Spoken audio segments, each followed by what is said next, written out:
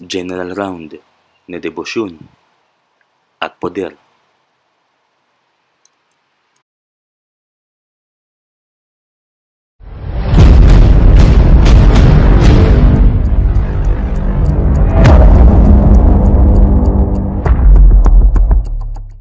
Ituturo ko ngayon ang sinisikleto ng karamihan.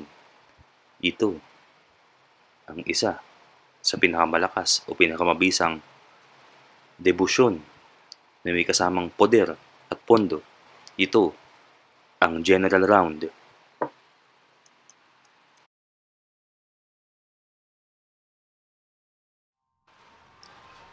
Bago tayo magsimula, ano nga ba ang debosyon? Ito ay isang dasal na ginagawa sa loob ng 49 days. Ito ay kontrobersyal dahil ang iba ay sinasabing kapag babae ay 48 days at pag lalaki ito ay 49 days. Ito ay ginagampanan sa unang Biyernes o First Friday. May dahilan po kung bakit ito ay ginagawa sa First Friday. Sa mga nagtatanong po kung bakit First Friday, sundin na lang po ang instruksyon. Ito po ay ginagawa ng walang patlang at dire-diretso.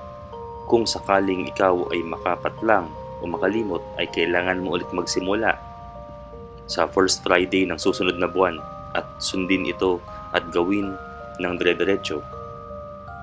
Ang debosyon ay mahalaga para sa mga nag-uumpisa na matuto at gustong makapagpagana ng orasyon.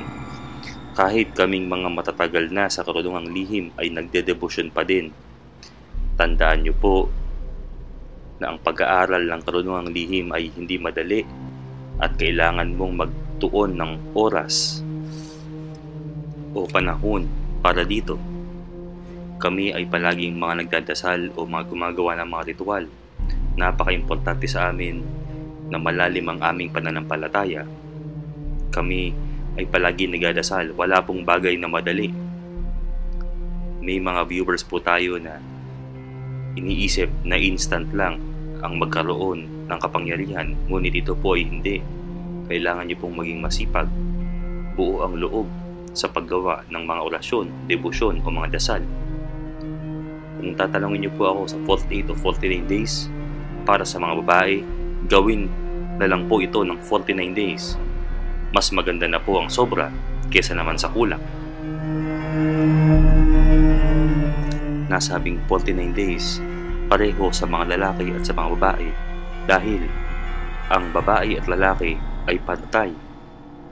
Meron po tayong tinatawag na gender equality.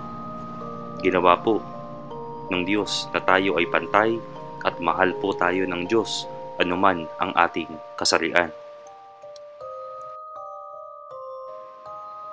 Ang pagdedebosyon ay hindi biro dahil kailangan nating linisin mabuti ang ating sarili upang tanggap tayo sa mata ng Diyos. Kailangan pong iwasan lang ang mga salitang masasama na hindi ikalulugod o ikatutuwa ng ating mahal na Diyos. Matuto po tayong magpatawad sa kapwa. Huwag pong magtanim ng sama ng loob. Magbigay po tayo ng chance o pagkakataon sa ating mga kapwa. Sa pagdedebosyon, kasama na nito ang poder at pondo na aking ituturo.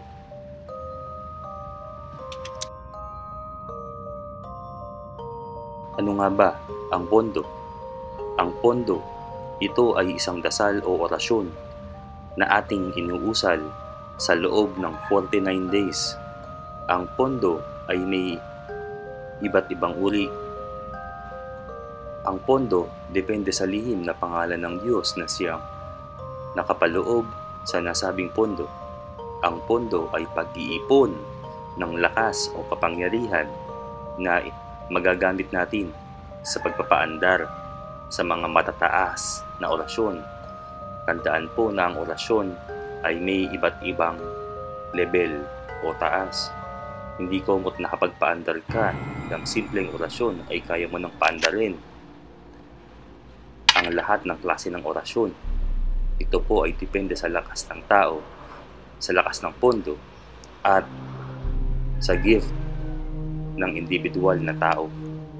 Ang poder naman ay pagkain ng orasyon at lakas na pinagmumulan ng pondo.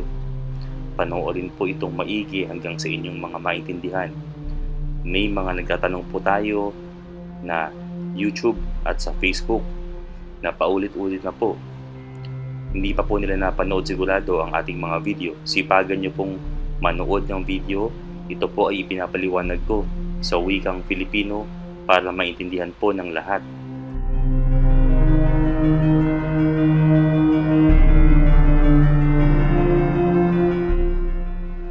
Sa mga taong gustong mag-aral ng mga orasyon o mga spells, sa mga taong interesado, sa mga agimat, sa mga anting-anting, sa mga mutya, at sa mga bagay na hindi maipaliwanag, sa mga taong bukas o hindi bukas ang mga third eye, sa mga taong interesado sa mga duwende, tikbala, kapre, mga multo, at mga bagay na hindi nakikita ng mga normal na tao, sa mga tao na gustong mag-aral ng karunungang lihim, mag-subscribe lang po sa ating Facebook page. Pumunta po sa Facebook at i-type ang karunungang lihim ng Diyos at makikita nyo po ang ating logo.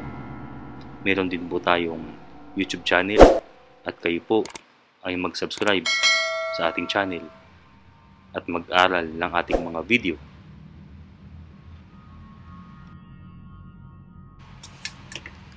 General round na debosyon. Ito ang pangkalahatang panalangin sa lahat ng mga kargada, pangdepensa at mga orasyon. Magdasal ng isang ama namin, isang sumasampalataya at isunod ang orasyong ito. Sa mga nagtatanong po ng ama namin, sumasampalataya, pwede niyo pong gamitin ang iba't ibang lengguwahe dito, mapa-Tagalog, mapa-Ingles, o anumang lingwahe as long as na ito ay ang ama namin at ang sumasampalataya. Dasalin ito ng mabuti. Panginoon, kaawaan mo ako. Diyos Ama, kaawaan mo ako. Diyos Anak, kaawaan mo ako. Diyos Espiritu, kaawaan mo ako. Magandang gabi, Diyos Ama. Matam, magandang gabi, Diyos Anak. Maka, magandang gabi, Diyos Espiritu. Mitang. O Diyos, Yahuwah, Aowe-uwi, kayo po ang kalasag ng aking katawan, espiritu at kaluluwa.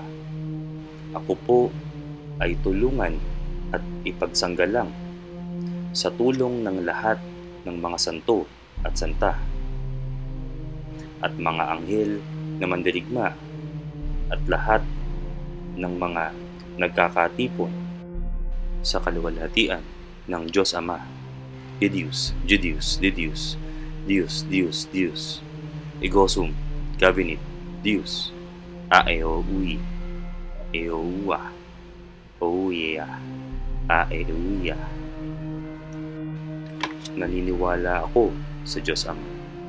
Naniniwala ako sa Diyos Ina. Naniniwala ako sa Diyos Anak. Naniniwala ako sa Diyos Espiritu. Naniniwala ako sa mga angheles. Ako ay inyong tulungan. Iligtas nawa ang aking kaluluwa at katawan sa lahat po ng kapanganiban. O Diyos Amang Banal, Avi, Ay, A, Ue, I, ipahintulot mo na ako ay maiwas sa lahat ng kasamaan at kapanganiban.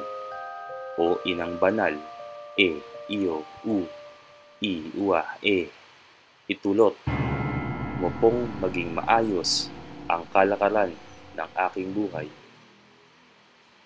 O Diyos Anak, I-O-U, A-U-E, I, itulot mo po ako na malagpasan ko ang lahat ng mga pagsubok ko sa buhay at magawa ko po ng maayos ang aking mga gawain.